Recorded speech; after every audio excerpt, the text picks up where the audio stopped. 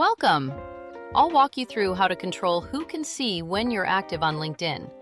It only takes 6 quick steps to adjust your privacy settings.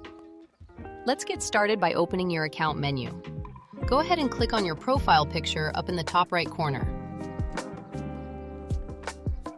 Perfect. Now from this dropdown, you'll want to choose Settings and Privacy to access your account controls. Once you're in the settings area, look for the visibility option in the sidebar on the left and click that.